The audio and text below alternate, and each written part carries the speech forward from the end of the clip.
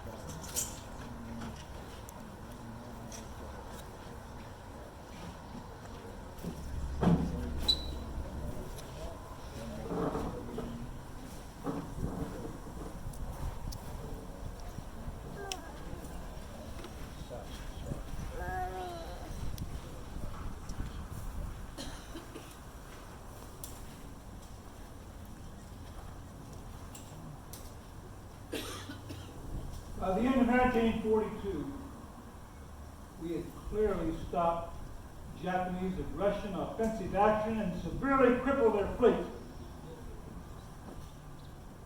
We were now going into a defensive mode.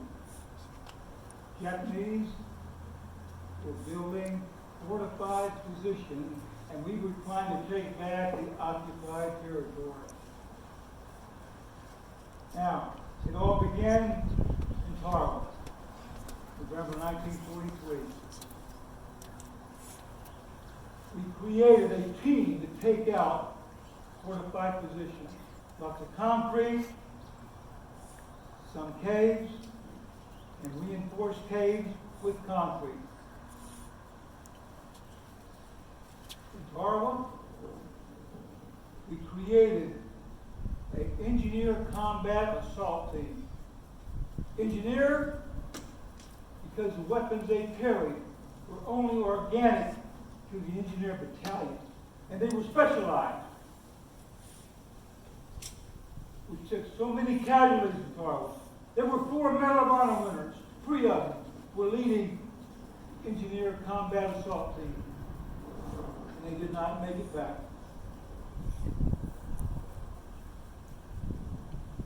The team consisted of 4 to 5 members, and each team was assigned to a platoon in the landing wave of the first and second wave. The team consisted of a team leader, .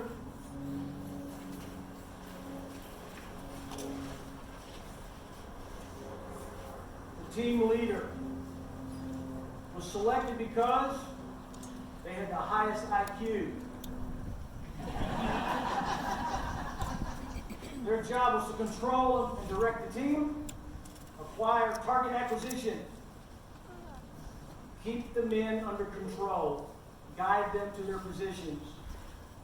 Now, as a team leader, I could have carried a carbine, or today I selected the Tommy gun.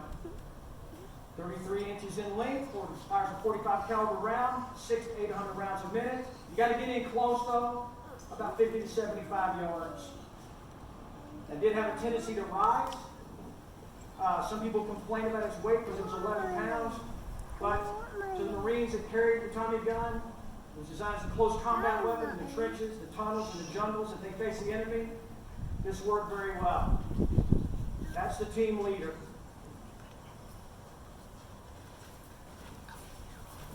The next man is Colleen Bloomforch. He carries an M2-2 flamethrower, fully loaded, it weighs 70 pounds. It will cause casualties two ways.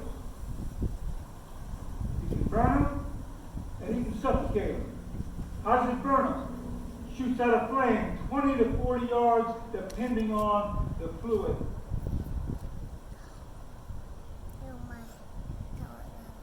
2,000 degrees Fahrenheit.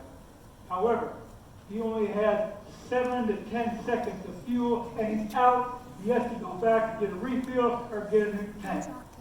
So he really has to watch his trigger squeeze. Suffocation.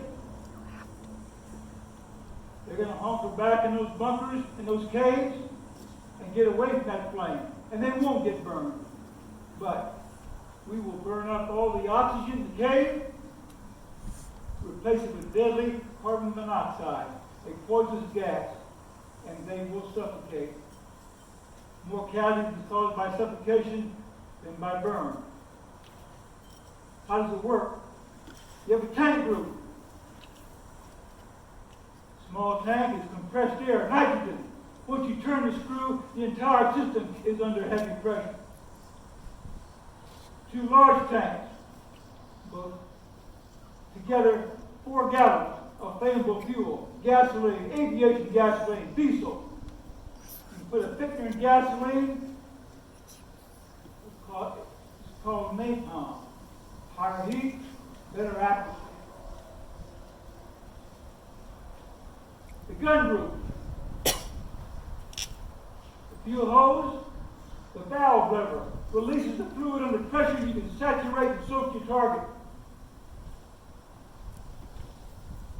Trigger will light a pilot light, and you have a flame, and the nozzle, you can direct your flame.